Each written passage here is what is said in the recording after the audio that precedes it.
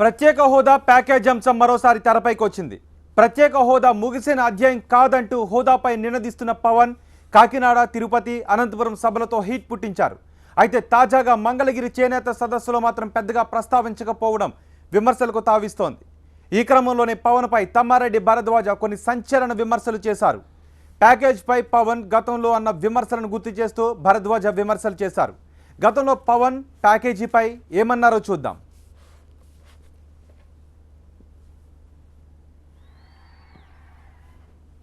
అద్భుతాలు అనొచ్చు, స్పెషల్ ప్యాకేజీలు అద్భుతాలు అనొచ్చు. ఇవ్వని స్పెషల్ స్టేటస్ కి హీరోలు అయిపోయిన వాళ్ళు ఉన్నారు. చట్టబద్ధత లేని స్పెషల్ ప్యాకేజ్ కి సన్మానాలు చేయించుకున్న వాళ్ళు ఉన్నారు. ఏదన్నా అంటే స్పెషల్ స్టేటస్ మంత్రిదండం కాదు, పరుసువేది కాదు అంటారు. ఏదన్నా మాట్లాడితే, ఇంకా ఏదన్నా అడిగితే స్పెషల్ స్టేటస్ అనేది ఒక ముగిసిపోయిన అధ్యాయం అంటారు. ఢిల్లీ చట్టసభల్లో కూర్చున్న మీకు, రాష్ట్ర ప్రభుత్వం అండగా ఉన్న మీకు స్పెషల్ స్టేటస్ అనేది ముగిసిన అధ్యాయం కావచ్చు. కానీ కరువు కోరల్లో చిక్కుకున్న అనంతపురం లాంటి జిల్లాకి ఇది ఒక అమృతపు చుక్కగా, ఒక ఏపీకి ప్రత్యేక హోదా కోసం పోరాడుతున్న జనసేనాని పవన్ కళ్యాణ్ని క్లారిటీ అంటే ఏంటి అంటూ సూటిగా ప్రశ్నించారు సినీ దర్శక నిర్మాత తమ్మారెడ్డి భరద్వాజ. పవన్కే ఓ క్లారిటీ లేదంటూ ఎద్దేవా చేశారు. క్లారిటీ అంటే తన ప్రశ్నకు సమాధానం కావాలా, లేదంటే స్పెషల్ స్టేటస్ కావాలా, ముందుగా పవన్ తేల్చుకోవాలని ఆయన కమెంట్ చేశారు. ప్రత్యేక హోదా ఇచ్చేది లేదు, అందుకు ప్రత్యామ్నాయంగా స్పెషల్ ప్యాకేజ్ ఇస్తున్నామని ఈపాటికే కేంద్రం స్పష్టం చేసిందని టీవీ9కి ఇచ్చిన ప్రత్యేక ఇంటర్వ్యూలో భరద్వాజ గుర్తు చేశారు. లేదు, క్లారిటీ అంటే ఏం క్లారిటీ ఇచ్చేశారు కదా. నాకు తెలిసి పార్లమెంట్లో దగ్గర ఆల్మోస్ట్ మంత్రివర్గంలో ఉన్న వాళ్ళంతా, సెంట్రల్ గవర్నమెంట్లో ఉన్న మంత్రులంతా 100 సార్లు మాట్లాడేశారు. వెంకయ్యనాయుడు గారు 10 సార్లు చెప్పారు, ప్రధానమంత్రి గారు చెప్పేశారు. ఇంకెవరు చెప్పాలా? జైట్లీ గారు చెప్పారు, పెద్దవాళ్ళు. అది కాకుండా ఉపమంత్రులు కొన్ని 100 సార్లు చెప్పారు పార్లమెంట్లో. మన చంద్రబాబు నాయుడు గారు, సీఎం గారు చెప్తానే ఉన్నారు. సీఎం గారు కాకుండా పక్కనున్న మంత్రులంతా చెప్తున్నారు. బీజేపీలో ఉన్న ఎంపీలంతా, ఆంధ్రాలో ఉన్న వాళ్ళంతా చెప్తున్నారు. ఇంకేం క్లారిటీ కావాలి? ఇవ్వమొర్రు అంటున్నారు వాళ్ళు. ఇంకా క్లారిటీ దేని గురించి కావాలి? ఎందుకు ఇవ్వట్లేదు అంటారు. అది కూడా చెప్పారు కదా. అదేదో అక్కడేదో వద్దున్నారు, వాళ్ళు వద్దున్నారు కాబట్టి మేము ఇవ్వట్లేదు, కుదరదు, దేశంలో ఉన్న మిగతా చోట కూడా తీసేస్తున్నాం అనేదో అన్నారు. మనమంతా ఎందుకు కావాలంటున్నాము? అయ్యన్నా కానీ చెయ్యొచ్చు, చెయ్యాలనుకుంటే చెయ్యొచ్చు కాబట్టి చేద్దాము అని అన్నాం. మీరు కూడా అంటున్నారు, వేరు పవన్ కళ్యాణ్ గారు కూడా అదే మాట అన్నారు. అన్నప్పుడు వచ్చేసి కూర్చోవాలి. మళ్ళీ క్లారిటీ కావాలని 2 మాటలు అయిపోవట్లా. కావాలా వద్దా? కావాలంటే ఏం కావాలి, కావాలంటే ఏం చేద్దాం. 100% తగ్గినట్టేగా క్లారిటీ అడగటంలో అర్థం ఏంటి? క్లారిటీ అడగటంలో ఇప్పుడు మేము ఇవ్వము అని వాళ్ళు చెప్పేశారు, మనకు అక్కర్లేదు అని నేను చెప్పేశాడు. ముఖ్యమంత్రి గారు అక్కర్లేదు అన్నారు, ప్రధానమంత్రి గారు ఇవ్వట్లేదు అన్నారు. దానికి తగ్గట్టు ఏదో ప్యాకేజీలు ఇస్తాము అన్నారు. సరే, ఆ ప్యాకేజీలకి ఏదో కావాలి అని చెప్పి మన వాళ్ళు అడిగారు కొంతమంది. అక్కర్లేదని మళ్ళీ ముఖ్యమంత్రి గారు కూడా అన్నట్టున్నారు. ఏదో మొత్తం ఆ గొడవ వదిలేసేయండి. ఇది హక్కు కావాలనుకున్నప్పుడు ఈయన కావాలనాలా వద్దనాలా? మీరు క్లారిటీ ఇవ్వండి అంటే నాకు అక్కర్లేదనే అర్థం. రాజుగారు మొదటి పెళ్ళం మంచిదంటే 2వ పెళ్ళం చెడ్డదనే అర్థం. నిన్నటి దాకా నాకు కావాలి హక్కు అని చెప్పాను.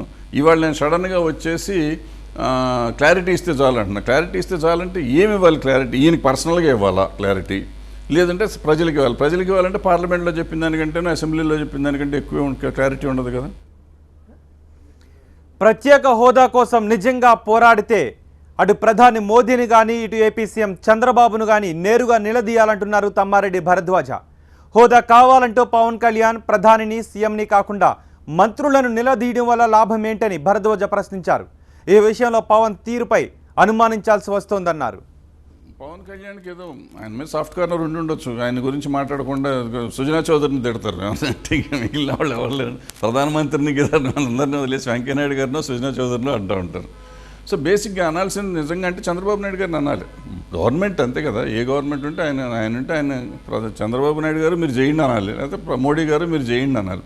సిన్స్ ఈ నోస్ హిమ్ దెమ్ ఆల్సో, బాగా ఎక్కువ పరిచయం ఉన్న మనిషి కాబట్టి. బట్ ఆయన అంటలేదు. సో మీరు చెప్పినట్టు నాకు అనుమానం ఉందో లేదో తెలియదు, కానీ జనానికైతే అనుమానం ఉంది. అది ఆబ్వియస్. జనసేన పార్టీ కార్యకర్తలు ఫిరంగులకు సైతం ఎదురెళ్లే వాళ్ళు కావాలంటూ స్టేట్మెంట్లు ఇవ్వడం కాదు, పిలిపిస్తే ఉద్యమంలో కలిసి వచ్చేందుకు ఎంతోమంది యువకులు ముందుకొస్తారని తమ్మారెడ్డి భరద్వాజ అన్నారు. అయితే ఓ క్లారిటీతో ముందుకొస్తే ఉడతా భక్తిగా తాను కూడా ప్రత్యేక హోదా ఉద్యమంలో ముందుకొస్తానన్నారు. ప్రత్యేక హోదా ఉద్యమం కోసం విశాఖకు తరలి రావాలని పిలుపునిచ్చిన పవన్ అక్కడకు రాకుండా అమెరికా వెళ్లి మాట్లాడడం ఏంటని భరద్వాజ ప్రశ్నించారు. ఏమి చేయక్కర్లేదండి. ఇప్పుడు ఆయన కానీ నేను కానీ ఇంకొకళ్ళు కానీ నేను చెప్పినప్పుడు చెప్పింది చేయాలి, ఎవరైనా కానీ. అది పవన్ కళ్యాణ్ గారు అవ్వచ్చు, ఇంకొకళ్ళు అవ్వచ్చు, నేను అవ్వచ్చు, అవ్వచ్చు.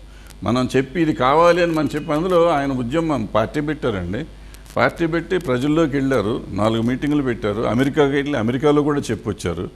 చెప్పినప్పుడు చేయటం మొదలెట్టాలి. ఊరికే మీటింగ్ పెడతాం లేకపోతే ట్విట్టర్లో పెడతాంతో వైజాగ్ మేమందరం వెళ్ళాం, అరెస్ట్ అయ్యారు, నాతో పాటు వచ్చిన వాళ్ళు అరెస్ట్ కూడా అయ్యారు. ఈయన ట్విట్టర్లో పెట్టాడు అక్కడ తరలు రండి అని చెప్పాడు. ఈయన రాలేదు, పర్లేదు, ఆయన వస్తే ఇంకా గొడవ అయ్యేది కాబట్టి రాకపోవటం కూడా శాంతి భద్రతల సమస్య కాబట్టి రాలేదు. దాని గురించి తర్వాత ఫాలోఅప్ లేదు, దానికి ఫాలోఅప్ కావాలి కదా. ఫాలోఅప్ లేకుండా నేను అమెరికా వెళ్ళిపోయి రెండోసారి మళ్ళీ అది జరుగుతుంటే అమెరికాలో ఆయన చెప్తారు. ఇక్కడేమవ్వాలి, ఈ రాష్ట్రంలో అసలు చెయ్యాలా వద్దా? మళ్ళీ నిన్న ఫిరంగులకి గుండె పెట్టేవాళ్ళు అందరూ గుండె పెడతానికే కదా వెళ్ళారు. ఆ రోజు అరెస్ట్ అవుతానికి వెళ్ళారు కదా, దగ్గర 2000 మంది అరెస్ట్ అయ్యారు ఆ రోజు. నెంబర్ బయటికి రాలేదు కానీ దగ్గరికి కనపడ్డ చోటల్లో అరెస్ట్ చేశారు. నేను అక్కడే ఉన్నా, ఊళ్ళోనే చూశాను నేను.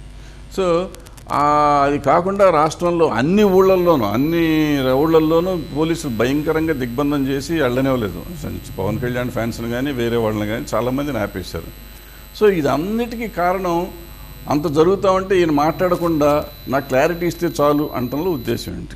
పవన్ కళ్యాణ్ ఎప్పుడు స్ట్రైట్ ఫార్వర్డ్గా ఫ్రాంక్గా నువ్వు మనసులో ఉన్నది చెప్పేస్తాడు అని నేను ఇప్పటికీ నమ్ముతాను. బట్ ఎక్కడో ఏదో ఉంది, అది ఏంటనేది నాకు తెలియదు.